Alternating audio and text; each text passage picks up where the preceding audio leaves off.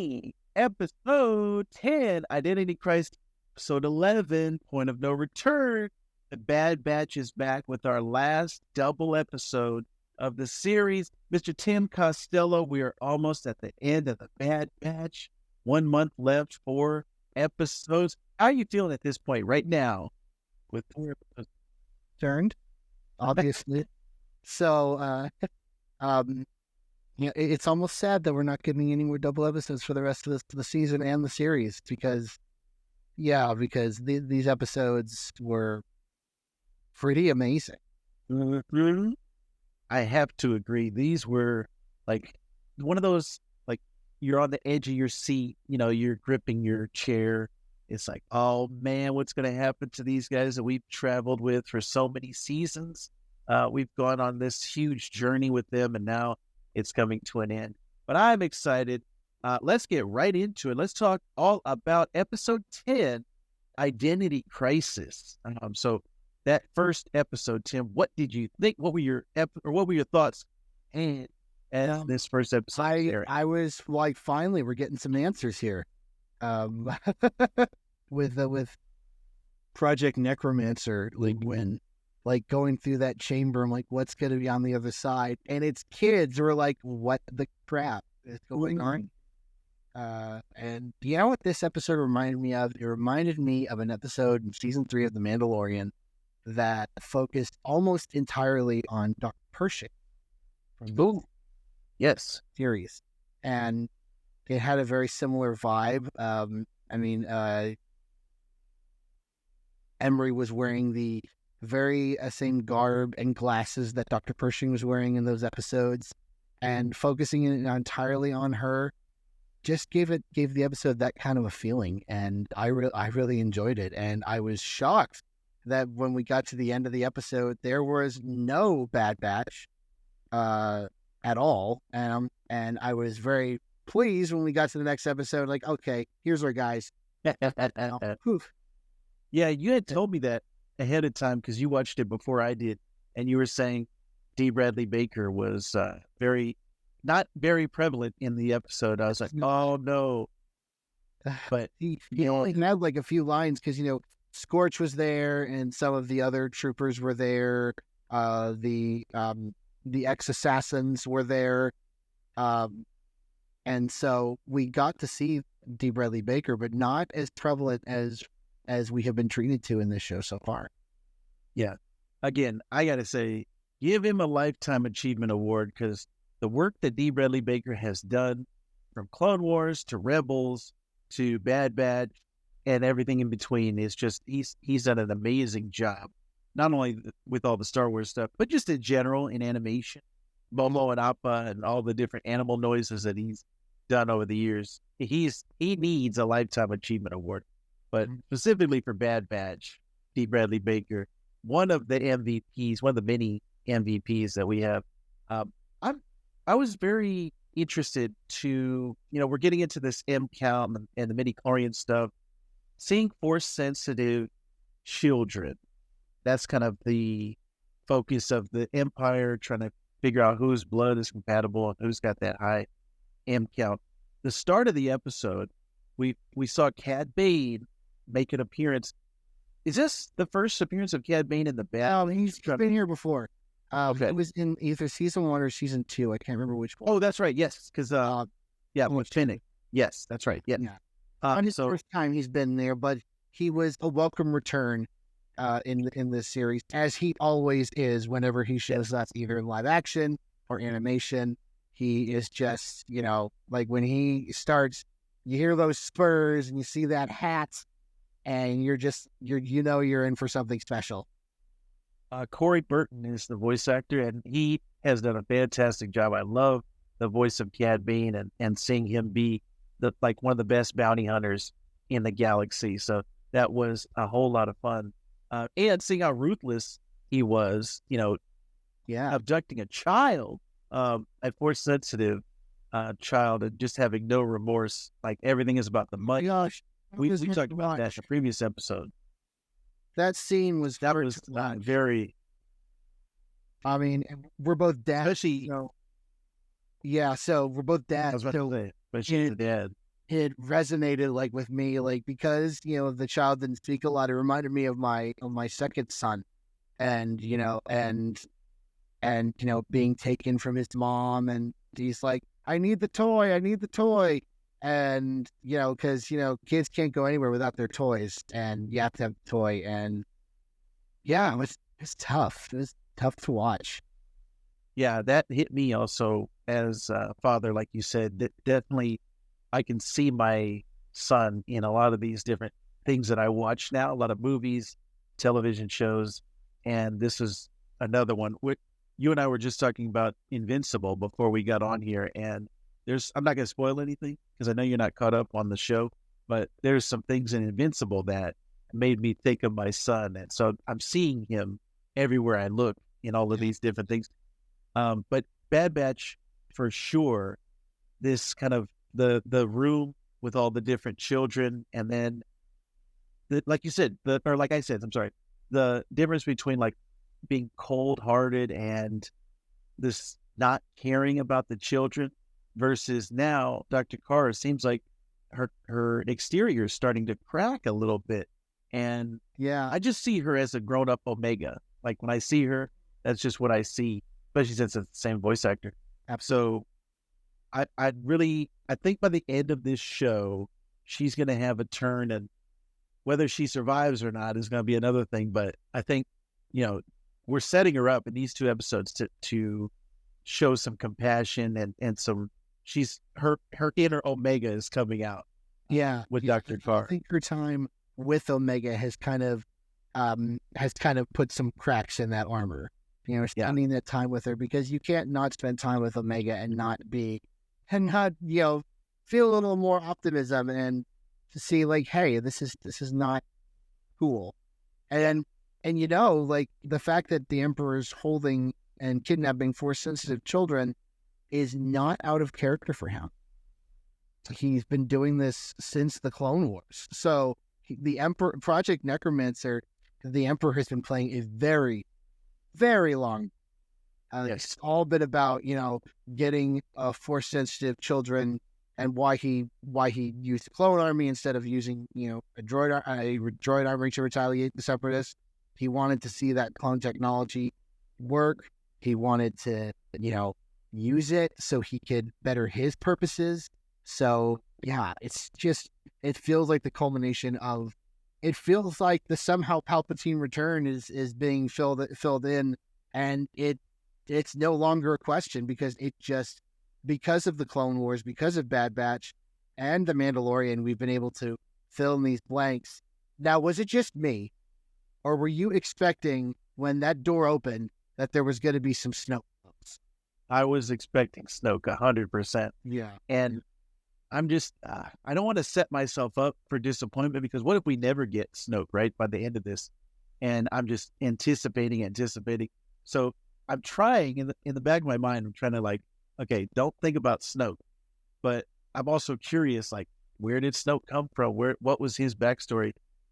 Maybe we'll get something like Tales of the Empire or something like that, like a spin-off show where we'll see where Snoke specifically came from and his whole backstory.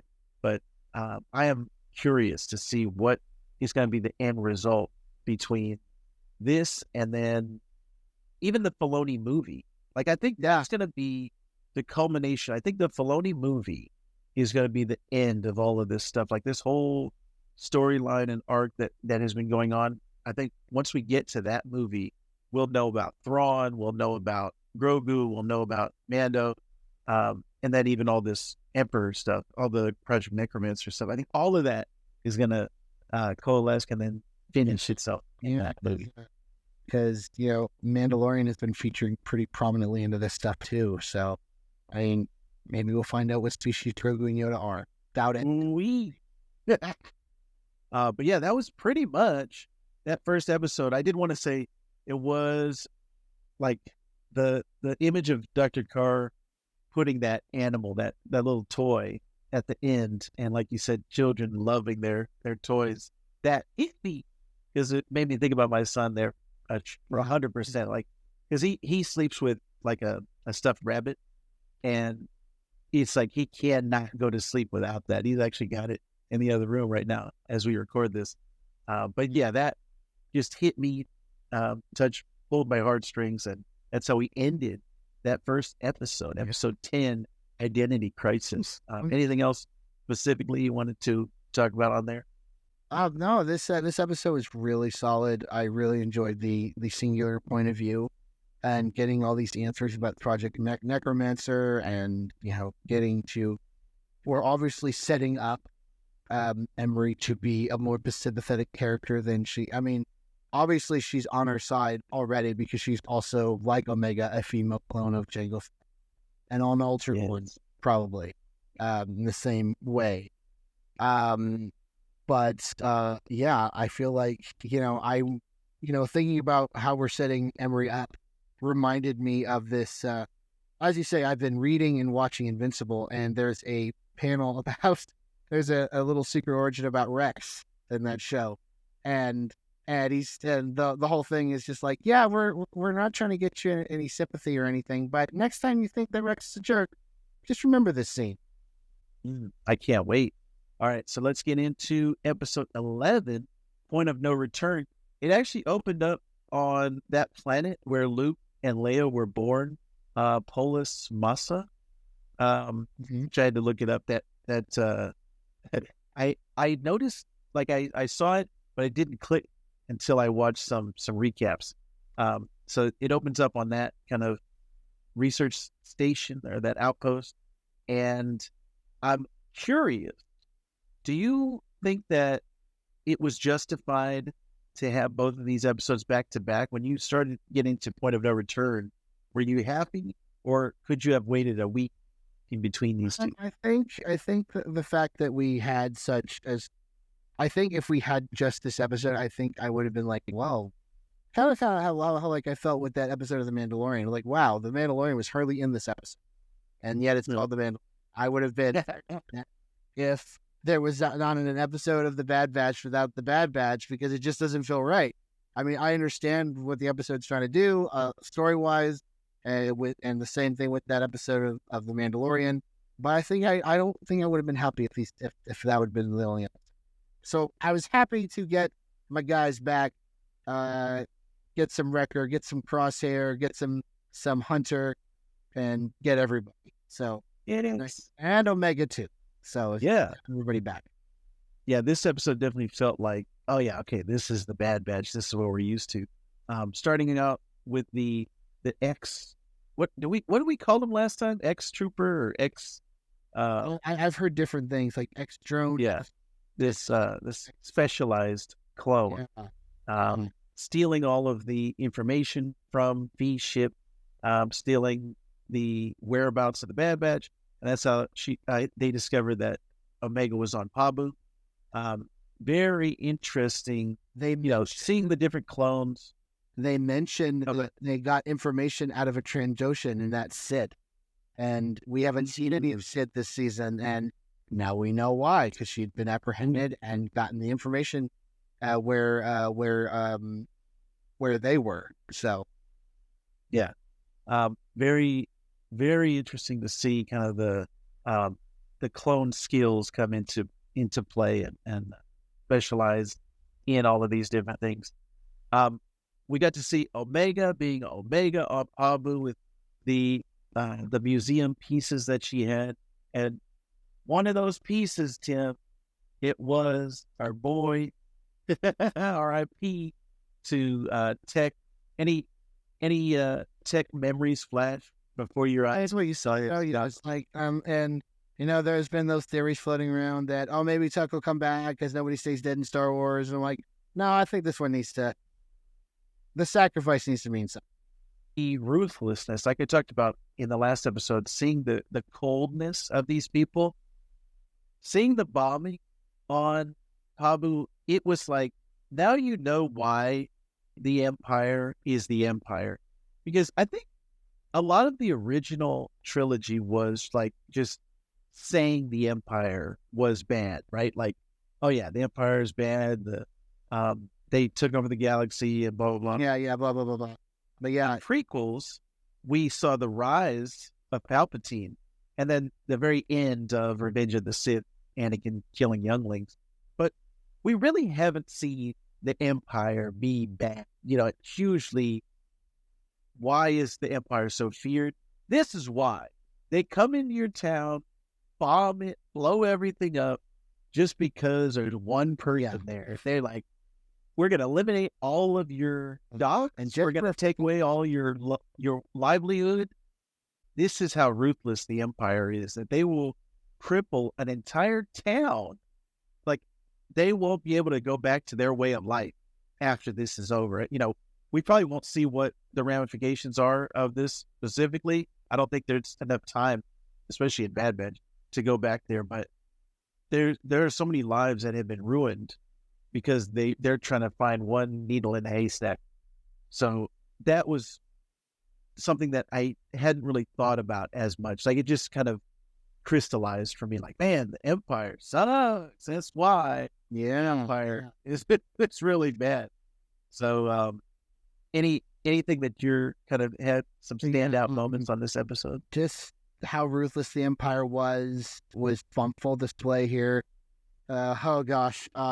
And not only that, but they hurt my boy Wrecker. And that was hard, but then they said, he's fine, he's just unconscious. I'm like, okay, good. Because this close to the end of the season, all bets are off. Nobody is safe. Yeah, that's 100%. Yeah, so like, oh, good. Thank you. I think they're going to kill Wrecker. Like, Wrecker's too much. Like, if they did that, I don't know, it'd be like killing Chewie. Like, it just wouldn't sit well, with a lot of people, which they actually did in the last book. Yeah, they did do that, and it did not go over well. I don't think they're going to do it here with Wrecker. No. I think he's going to survive.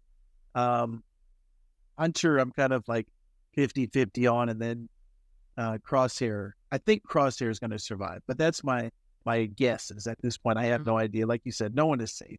Yeah, but speaking of no one is safe, the Marauder faced its untimely demise this episode, and it was heartbreaking. Yeah, man, that was kind of like in Mandalorian when his ship was destroyed. It was like, this is almost like taking away the Falcon for us. This is like these ships we get so attached to. They're like another character. The ships are like droids. They're like something that we endear to our hearts. And and that was something that the thing is, like, the droids, they talk and they say things and they endear us to them. But the fact that Filoni twice has been able to endear us to a ship, and we're just like, no, we're the ship. What are you doing? It's almost like the death of a character, like you said. But yeah, like the fact that he's been able to endear us to ships and have, I mean, this like what he did, what the Filoni and company and everybody who's involved in the show, whose names are escaping me, but credit to you guys, twice have been able to endear us to these ships. And it would be the equivalent of if in Rise of Skywalker they nuked the Falcon. Ooh. Yeah. That I don't know how well that would go down. No, it would not go down well. Like, no, you can't do that to the Falcon, because the Falcon is just iconically Star Wars. I was going to say it's too iconic. You can't do it. But at the end of this siege, it does end up being successful. They are able to flush out Omega and take her captive. I thought Hunter was going to get away with that ship. Like, he got farther than most people would have gotten, but at the end of the day, it's like each of these clones matching their enhanced skills with each other, and it's always fun to see who's going to come out on top. But the ex-trooper came out in this instance. In the last 4 episodes, how much of it is going to be Omega in captivity again? And how close do they get to extracting what they need, from her blood, and what ends up being, like you said, somehow Palpatine returning. I'm curious to see how far they go. Well, we're definitely we're definitely not gonna get another. We're gonna break Omega out and then we're gonna leave kind of thing. I think it's all leading you to a final standoff on Tantus when, breaking all the other clones out. Obviously the thing from Omega is going to be extracted because, Palpatine does return. So yeah, it's just going to be interesting how that all goes down. Like what's going to happen, Emery, what's going to happen with Hemlock, and how is he going to meet his end, and what's going to happen with everything. It's just, because Hemlock is not a character that we've seen in live action. And I don't know how much of him is going to survive into the next, whatever we see. But I wonder if they're going to combine Omegas with Grogu's, because they did get some stuff from Grogu in Mando. So are those two pieces going to be what ends up leading to? Because so far, Grogu's just led to that clone of Moff Gideon. So is that going to... There's got to be a grand design here. There's got to be some way that all these pieces fit into the puzzle. But yeah, both of these were just action-packed and intense episodes. And I'm really looking forward to see what we get in these, the last 4 here. And, that last conversation with Crosshair and Omega was just like, and she's like, I'll just keep my comm on. I'm like, that's not going to work. That's the Empire here. And like, you can shoot a tracer. I'm like, okay, that I could buy. And then when Crosshair's like shooting his sniper, he freaking misses. The one time he could have that he could have made the shot, he misses. And I'm just like, and when seeing that tracer just sink into the water, I was like, I wonder if the finale is going to be him, getting over the PTSD and almost redeeming himself at the end. Maybe there's going to be some type of sacrifice with him, or just he makes the final shot, the thing that it saves everybody, and then he dies or something. I think there's got to be something with that in the end there. That would be a nice arc for Crosshair overall for his character. But man, Tim, these episodes were great. I'm still loving the Bad Batch. We've said it. We sound like broken records, but I think they are just hitting on all cylinders. The Kyner's music is just fantastic. Everything, the emotional hits and beats are just, everything is there. And we are excited for the next couple episodes here of the Bad Batch. I want to know, are you excited? What do you think is going to happen in these last final 4 episodes that are coming up on the Bad Batch? Leave a comment down below. Let us know. We are curious. But we've got some great Star Wars stuff coming up, Tim, in the future. After the Bad Batch is done, we still have... Don't think Star Wars is done, Tim. We have some great stuff coming down the line. As a matter of fact, now that you've listened or watched this episode, why don't you check out our review / breakdown of the Tales of the Empire trailer. I'm going to link that. The Empire, is that related to Tales of the Jedi? Oh, you're just going to have to click on this video to see, Tim. All right, I'll do it. Trust only in the Force.